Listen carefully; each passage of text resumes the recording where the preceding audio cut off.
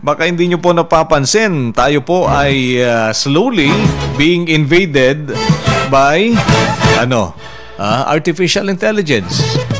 Maniwala po ba kayo na ang 'di ba sinasabi natin pagdating po sa English speaking, pagdating sa communication skills patungkol especially sa English language, tayo nangunguna.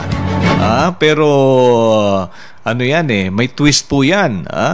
Dahil sa presence at the advent of artificial intelligence, baka medyo maraming mawalan ng trabaho at medyo iba na rin ang magiging priority ng mga business process ng mga BPO, yung mga call center companies po natin.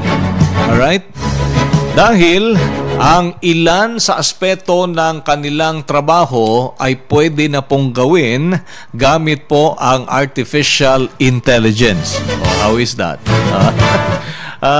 Sa Pilipinas pa rin po kasi sinasabi yung pagdating sa contact center, ito pong sektor ng call center natin, yung BPO natin, yung business process outsourcing. Ano po ba yung konting description lang po.